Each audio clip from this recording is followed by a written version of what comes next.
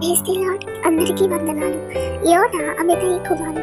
యోనాకి యెహోవా వాక్కు ప్రత్యక్షమవుతుంది. నీవు నినెవె పట్టణానికి వెళ్ళు, వారి దోషము నా దృష్టికి ఘోరమాయను అని చెప్తాడు.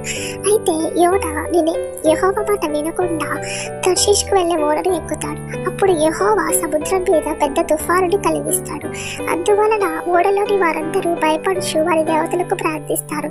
అయితే ఆ ఓడ నాయకుడు దిగువ భాగంలో ఉన్న యోనా వద్దకు వెళ్ళి ఓరి నిద్రపోతా లెగిసి దేవుడికి ప్రార్థించమని చెప్తాడు. అయితే వారిలో వారు ఇది ఎవరి వల్ల వచ్చిందో తెలుసుకుందామని చీట్లు వేస్తారు. అందులో యోనా పేరు వస్తుంది. అప్పుడు వారు యోనాని ప్రశ్నిస్తారు, నువ్వు ఎక్కడి వాడవు, ఏమి చేస్తావు అని. అయితే యోనా, నేను హెబ్రీయుడను, నా దేవుడు చెప్పిన మాటను వినకుండా నేను తర్షీషుకు వెళ్ళే ఓడను ఎక్కాను అని చెప్తాడు. అప్పుడు యోనా వారితో, నన్ను ఈ సముద్రంలో పడవేయండి, అంతటితో ఈ తుఫాను ఆగిపోతుందని చెప్తాడు. అయితే వారు యోనా చెప్పినట్లు చేస్తారు. అప్పుడు ఆ తుఫాను అనేది ఆగిపోవడం జరుగుతుంది. యోనా సముద్రంలో పడగానే ఒక పెద్ద చేప వచ్చి యోనాను మృంగివేస్తుంది. ఆ చేప 3 దినముల వరకు యోనాని తన కడుపులో ఉంచుకుంటుంది. అయితే యోనా యెహోవాను ఆ చేప కడుపులో ఉండి ప్రార్థిస్తాడు. అప్పుడు యెహోవా ఆ చేపకి ఆజ్ఞాపిస్తాడు, నీవు యోనాని నేల మీద క్రక్కివేయమని.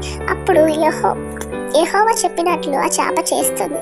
ఆ తరువాత యోనా నినెవె పట్టణానికి వెళ్తాడు.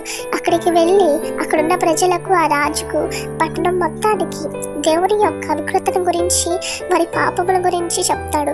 అయితే ఆ పట్టణం చాలా గొప్పది. అది ఎంతో విస్తారమైన ధనము కలిగి ఉంటుంది.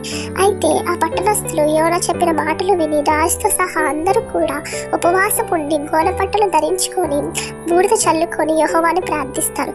అప్పుడు యెహోవా ఆ దేశం మీదకి సంభవించిపోవు ప్రతి ఒక్క కీడును తొలగిస్తాడు. అది చూసిన యోనా బహుగా చింతక్రాంతుడై దేవుని మీద కోపగించి మనకి ఏమైనా సంభవించను అని అక్కడే పందిరి వేసుకొని బస చేస్తాడు. అప్పుడు యెహోవా యోనా కొరకు ఒక సొర చెట్టును మొలిపిస్తాడు. దానిని చూసి యోనా బహుగా సంతోషిస్తాడు. మరుసటి రోజు అది పురుగు తొలచినందున ఆ చెట్టు వాడిపోతుంది. అయితే అప్పుడు యోనా బహుగా కోపగిస్తాడు. అది చూసిన యెహోవా, యోనా, నీ కోపం ఎందుకు వస్తుంది? నిన్న పుట్టి ఇవాళ